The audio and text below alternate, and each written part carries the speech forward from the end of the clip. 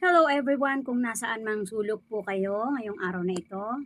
Good morning, magandang tanghali, magandang gabi po sa inyo lahat. Kung saan man po kayo sa ngayon, mag-iingat po kayong lahat. And for today's video po, I'm going to um, give you ng konting idea kung paano nyo po ma-defeat ng pakonti-konti or kung gusto niyo pong malaman kung ano po ang sanhi ng pagkakaroon po ng depresyon. So, I just want to remind everyone na ito ako po ay hindi doktor, hindi po ako bihasa sa mga ganitong bagay, but I'm going to share with you step by step my journey kung paano ko po nalaman na mayroon akong depression na katulad ng iba. So, una po dyan ay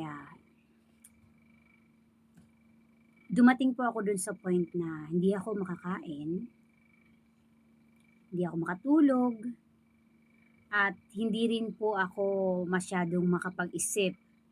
Para akong addict na aligaga sa buhay, hindi alam kung anong unahin. Kung ba sa madaling salita parang walang direksyon at lahat ng aking nakikita ay madilim, walang liwanag. So, ganun siya. Ganun katindi yung atake niya sa akin. Walang positive, puro siya negative. So, for today's video, kung kayo po ay manunood ng aking video, sana po ay supportahan po ninyo. And ngayon po ay mag-share po ako sa inyo ng tips or idea kung ano po ang kailangan nyong gawin kapag po kayo ay may depression na katulad ko. Siyempre po, unang-una na po dyan, kailangan po nating mag-seek ng professional help.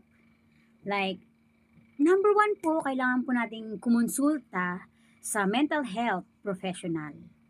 Sila po yung mga doktor, yung mga taong bihasa sa mga ganitong bagay.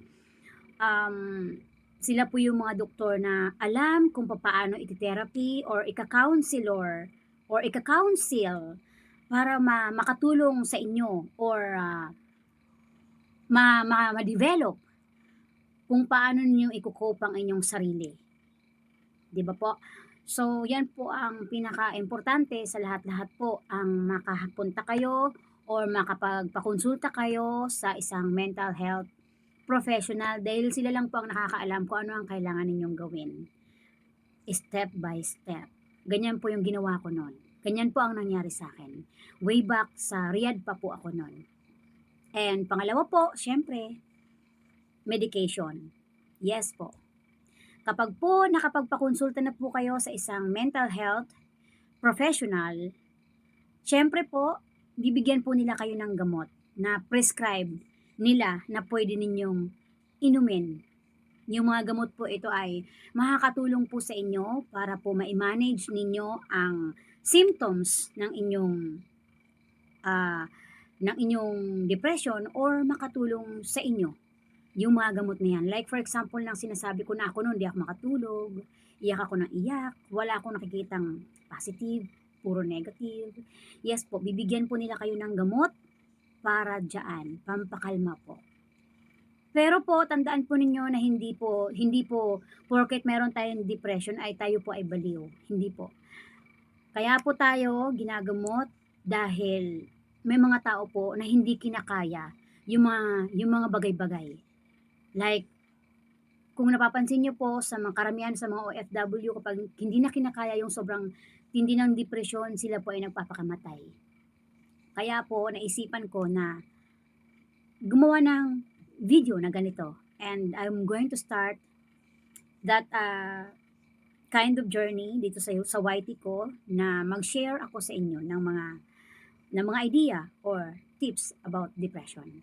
So, tandaan po ninyo ha, consult a mental health professional first. And second, syempre yung gamutan. So, sana po na ay nakatulong po sa inyo yung video na ito. And please support me dahil hindi lang po ito ang i-share ko sa inyo.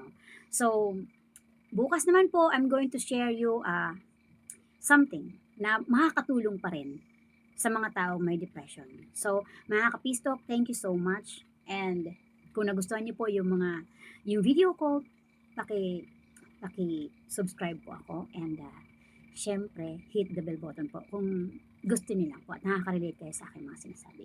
Thank you mga kapistok and have a nice day ahead sa inyong lahat po. And may God bless you palagi. Bye!